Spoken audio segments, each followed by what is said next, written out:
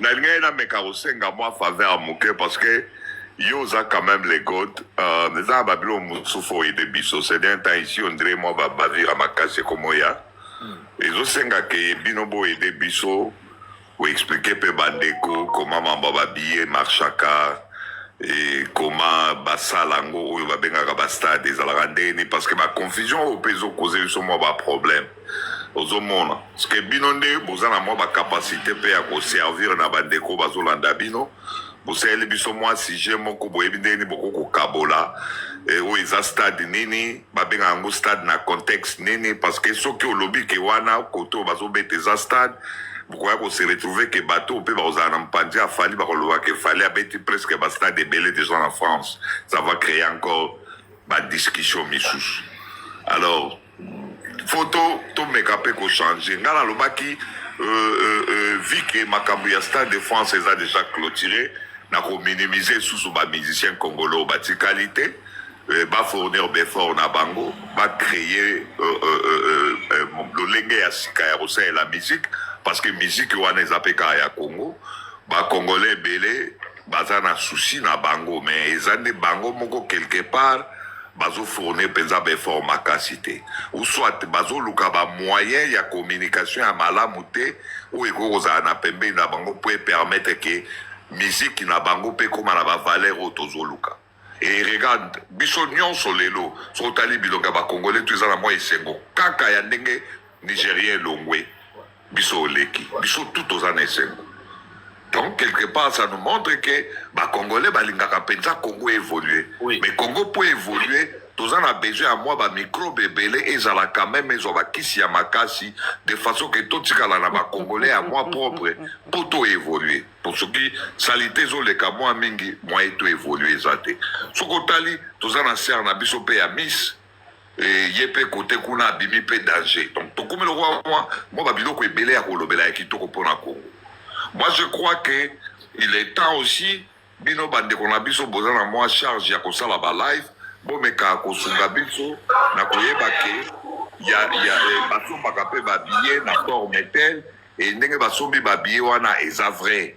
pour lobi petango bango ba kosomba ba billet biso peto ya koloba ke ba billet basombi pesa vrai à force ya ba discussion musu inutile ça ne sert pas et tozo zanga lelo mutuni toko banda ko tout la sol ce qui tozo lobela plus Fally c'est parce que tozo mona que Fally nous prouve quand même que il peut faire quelque chose. Alors à cause de la mon côté j'avais dit ça la fois passée lelo azobeta na stade de France naie stade naie c'est tondi dango toza suna ta ko discuter soutenir bato mais ce qui ne komoko pe amoni que azusa la musique naie eza kitoko et que babiko le belé pe sombi ba musique naie yé pas ko tia stade na Belgique kaka ba même ba congolo zo mola o tout est là et pétolo mais en vrai to kende na ba bon sens ya ko sala vrai support mais ba support misu na zo mola bandeko bazo sala na ba artiste awa bazo nuire ba carrière ba artiste parce que bazo créer ba haine na mitema ya batu bazo créer babilo mobo oye ko sala ke moi to accepter même moke oye artiste au sala exact et c'est vraiment malheureux voir que mais est-ce que tu penses aujourd'hui DJ Sadio Maya, DJ Patron, Irma de London, je te salue. Est-ce que je pense qu'aujourd'hui micro des ébélés dans Congo? Oui, ébélé. Et puis, il y a ma place, et comme il est stable, et comme il a ma capacité, oui, et comme il a ma capacité, donc ce qui est vrai est devenu faux. Et ce qui est faux, maintenant, prendre la place.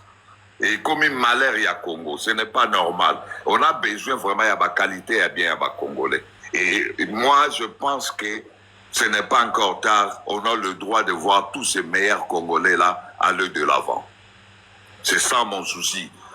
Moi, je ne veux pas que tout le monde n'a pas bêtise, n'a pas bêtise, n'a pas bêtise. Naza content lelo, on a un stade de France et on a des joueurs yaba congolais où yomongo nongo lati drapeau ana ozene sengoya et beteli ya bale ka ba beta kiwana. Ça ce n'était pas biso kinois. Banana ba beti bale lokola bano ba botami na mentalité eza stable. Ezate le roi ba biso ba traumatisé oyo. Et on a besoin de la qualité à bongo et belé au lieu que tous à la qualité à désordre. On n'a pas besoin de cela. En tout cas, les musiciens sont yo batikali, courage na bango, basa les anan ebele wana na poto, bakoko fournir befort na bango babeta yango, mais entourage soit les amalamu, ba okende avant de l'avant. En tout cas, merci beaucoup, New Analyse. Merci beaucoup, papa chéri. Merci à DJ